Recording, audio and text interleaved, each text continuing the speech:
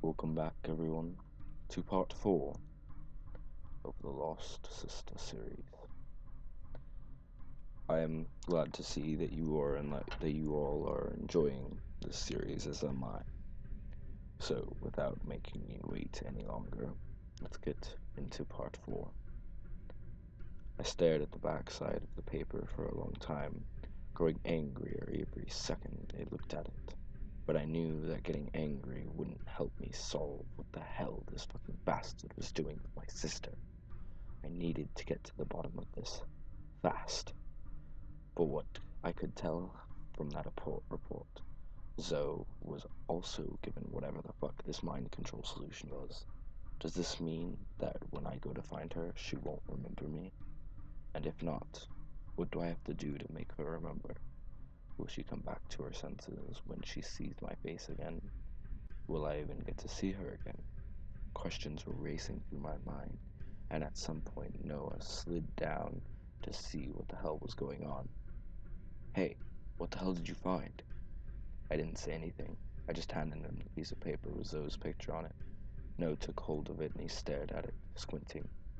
Sorry, I can't see very well. Can you shine your phone on it? I did as he asked. After a good 10 seconds of him staring, I noticed that there was something wrong with him. He wasn't moving, talking, or blinking at all. Noah. No reaction. I shone my phone up to his eyes and I almost immediately jumped back. There was something happening with his eyes. It was almost like images were rapidly flashing in front of him that only he could see. They were making Noah's eyes change color extremely rapidly. Noah dropped the photo, and suddenly both of his hands were pulling at his hair. He was now screaming in agony. He fell to the floor, writhing on the ground. I gripped his head. Noah, what the fuck is happening with you? I yelled at him as I tried to take hold of him to make him calm down. It didn't take me very long to realize that I couldn't do anything at all until whatever the fuck this was over.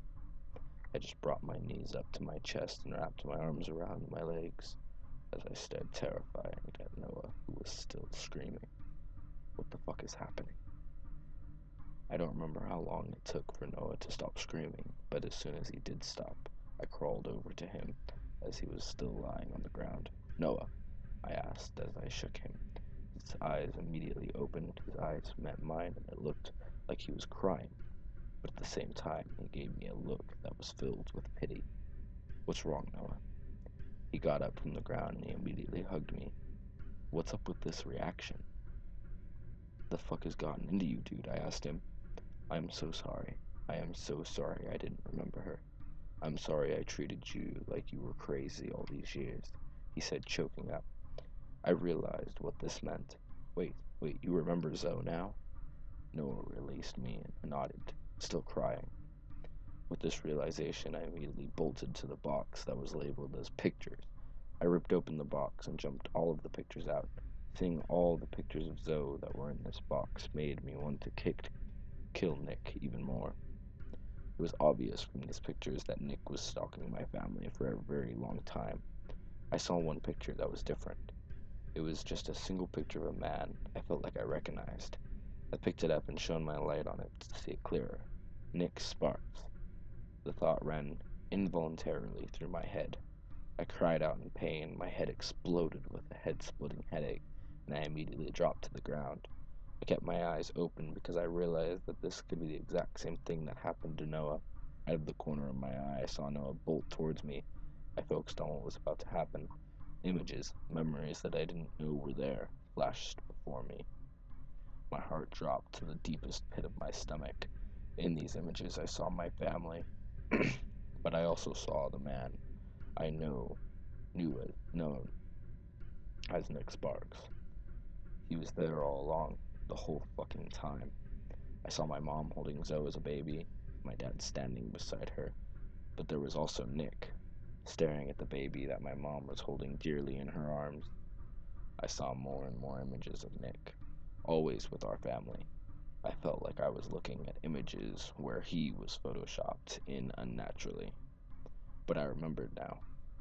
Nick Sparks was a friend of our family. That was why my parents asked him to help deliver Zoe. He trusted Nick wholeheartedly as a family friend. He was always there for me at those birthdays, too. As soon as these images stopped running through my head and I was no longer in agony, I sat up. I knew at that moment that I wouldn't give up on killing Nick. He betrayed our family. He turned my parents against me, and most of all, he took my fucking sister. But I knew that I made progress. I found a very obvious weakness to whatever this mind control solution was. It was apparent that he tried to use it on me too, but it didn't work as planned. Or maybe it did. Maybe it was planned. I realized that Noah was trying to talk to me to get answers from what just happened. What did you see? He sounded evidently worried. Nick Sparks. I knew him. I began taking all of the pictures of Zoe that I could, that I thought could be useful. There were pictures of me too, which made me feel even more nauseous. But I knew I may have to take these too. I knew that I was going to do next. I had to make my parents remember Zoe. After I finished picking up all the pictures and files and I thought would be important, I said to Noah, "Come on, let's get the fuck out of here."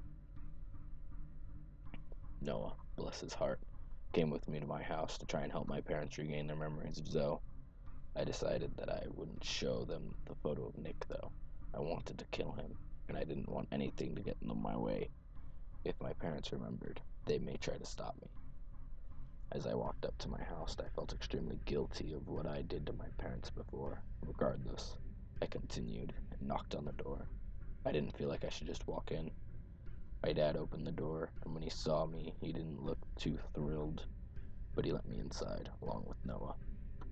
When I got both my parents together, I apologized to them about my obnoxious and violent behavior from the other night, and that I told them I wouldn't let it happen again. But please, I have something extremely important to show you. I said to them, I swear to God, if this has anything to do with this imaginary little sister, I do not want to see your face again for a long time. My dad snapped at me. My mom just looked at me with a concerned look on her face.